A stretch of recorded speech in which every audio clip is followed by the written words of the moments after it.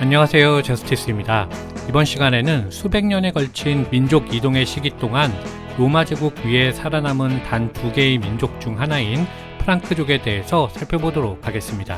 저스티스 채널은 3년 전에 이미 프랑크 왕국 편에서 프랑크족을 소개해드린 바 있는데요. 당시 영상에서 중복되는 부분은 흐름을 깨지 않기 위해서 꼭 필요한 부분만 언급하고 더욱 업그레이드된 내용으로 프랑크족 민족 위주로 다시 말씀드리도록 하겠습니다. 여러분, 이 영상으로 프랑크족에 대해서 한층 더 깊이 이해하실 것이라 자신하니까요. 오늘도 좋아요 꾹 누르면서 시작하도록 하겠습니다.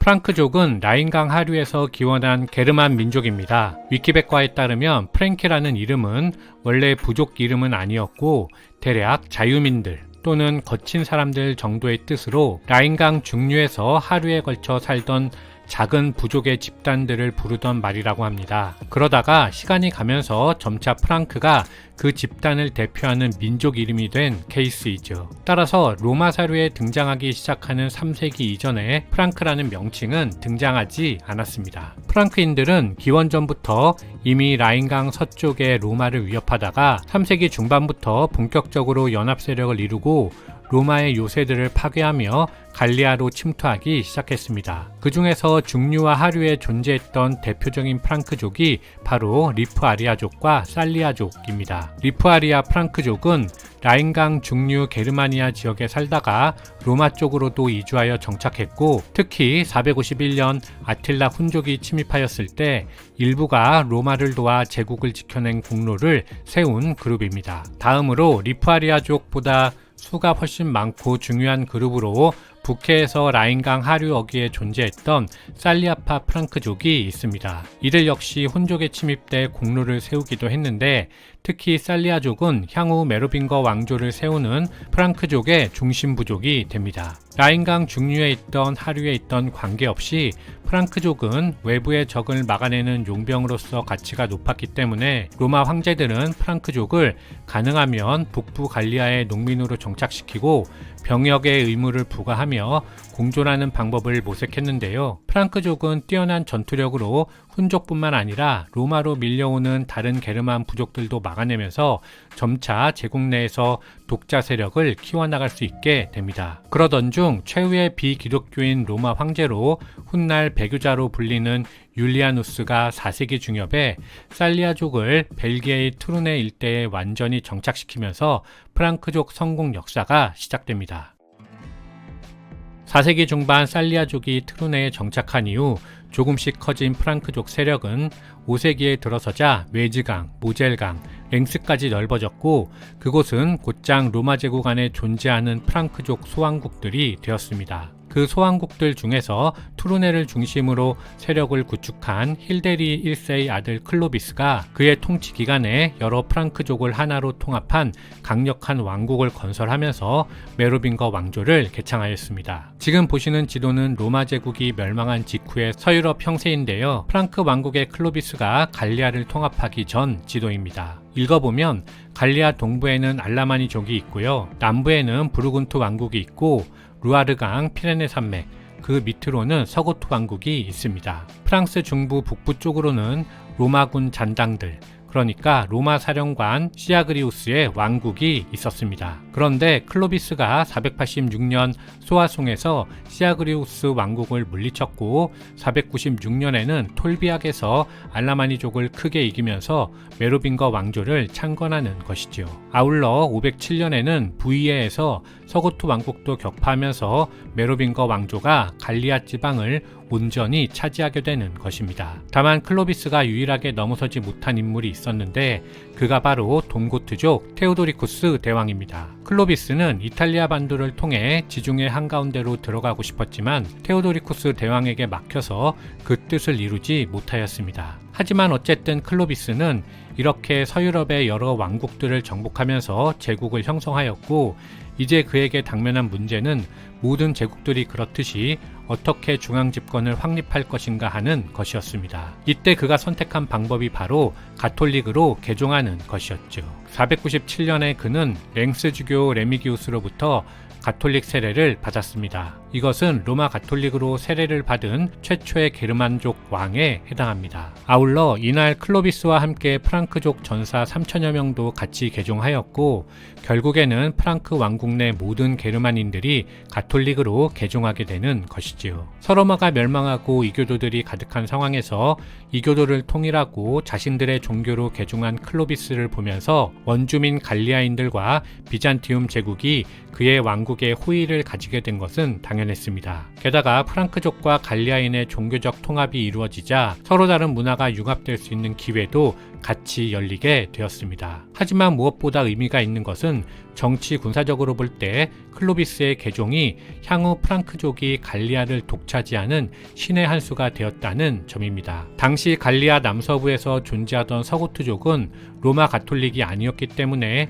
주교구 교회의 지원을 받기가 힘들었습니다. 하지만 클로비스는 가톨릭으로 개종했기 때문에 종교는 물론이고 정치적, 군사적으로도 교회로부터 많은 지원을 받으면서 서고트족을 물리칠 수 있었습니다. 만약 클로비스가 개종하지 않았다면 서고트족이 갈리아를 차지할 수도 있었던 상황이었으니까 그의 개종은 신의 한 수가 될 수 있었던 것이지요. 클로비스는 511년 사망하였고 그의 4 아들들은 살리카법에 따라 왕국을 4분할에 상속했고 나름대로 영토를 확장하면서 6세기 중반이 되면 튀링겐 왕국과 부르군투 왕국을 정복하고 알라마니족을 넘어 동고트 지역까지 침범하면서 메로빙거 왕조의 프랑크 왕국은 전성기를 달리게 됩니다. 프랑크족의 상속을 결정하는 살리카법의 단점은 영토를 모든 아들에게 분할해서 상속한다는 점입니다. 이것은 시간이 갈수록 왕의 권력이 분산된다는 것을 의미하고 왕권 다툼이 필연적으로 발생한다는 것을 의미하기도 합니다. 그렇게 분할된 프랑크 왕국의 왕권은 8세기에는 명목상으로만 유지될 뿐 실권은 이미 왕실의 궁제들에게 넘어가 있는 상황이었습니다. 그 중에서 7세기 말 아우스트라시아의 피핀 가문이 궁제직을 세습하면서 세력을 키웠는데 아랍 군대가 쳐들어왔을 때 피핀의 아들 카를 마르텔이 유럽을 지켜내면서 그 명성이 더욱 커졌습니다. 그리고 결국 751년 카를 마르텔의 아들 피핀이 메로빙거 왕조의 마지막 왕인 힐데리크 3세를 수도원에 유폐시키며 카롤링거 왕조를 개창하였습니다. 그런데 여기서 반드시 확인하고 넘어가야 하는 것은 클로비스가 개종한 후 메로빙거 왕조와 상호 보안 관계로 오랜 기간 동안 함께했던 가톨릭 교회 세력이 왜 카롤링거 왕조의 등극을 막지 않았냐 하는 점입니다. 그 이유는 종교적인 이유와 군사적인 이유로 나누어 설명할 수 있는데요. 먼저 종교적으로 보면 당시가 로마 가톨릭이 동로마 제국과 성상 숭배 금지 문제로 대립하고 있던 시기였기 때문이었습니다. 즉 서로마가 멸망한 후 서유럽의 주류를 차지하고 있던 게르만족은 대부분이 문맹일 뿐만 아니라 교리를 쉽게 받아들이게 하기 위해서 성상, 즉 예수님의 실제 모습을 보여주면서 교화해야 했는데 동로마의 황제 레오 3세가 성상 금지령을 내리면서 이를 허락하지 않았기 때문에 가톨릭은 무기력한 메로빙거 왕조 대신에 강력한 무력을 가진 카롤링거 왕조를 선택해서 동로마 황제에 대항하고자 한 것이지요. 따라서 이때 교황이 카롤링거 왕조를 선택한 것은 종교적으로 볼 때 기독교가 서유럽의 로마 가톨릭과 동유럽의 그리스 정교로 분리되는 매우 중요한 분기점이 됩니다. 한편 정치 군사적으로 보면 당시 교황이 북이탈리아에 존재하고 있던 롬바르드족의 위협을 해결하고 싶은 욕구 때문에 군사력이 강한 카롤링거 왕조를 선택한 것인데요. 피핀이 교황을 위해 롬바르드족을 처리해주는 대신 교황은 카롤링거 왕조를 인정하는 타협이 이루어진 것입니다. 실제로 피핀은 롬바르드족을 정복한 후 그 땅이 동로마 황제의 땅이었음에도 불구하고 교황에게 정복지를 넘겨버리면서 그렇게 로마 교황령이 성립하게 됩니다. 768년 피핀이 사망하면서 아들 샤를마뉴, 즉 카를 대제가 프랑크족의 왕이자 로마인의 보호자가 되었습니다. 카롤링거 왕조라는 이름이 이 카를 대제의 이름을 딴 것이지요. 샤를마뉴는 대제로 불릴 정도로 프랑크 왕국의 영토를 극적으로 넓힌 인물인데요. 774년 롬바르드족이 다시 교황에게 봉기하자 아예 롬바르드족을 프랑크족의 통치권으로 복속시켜 버렸습니다. 그리고 30년 동안이나 격렬하게 저항하던 섹슨족마저 굴복시켰습니다. 이후 슬라브족과 아바르 원정에서도 승리하고 개선하였습니다. 그러자 마침내 800년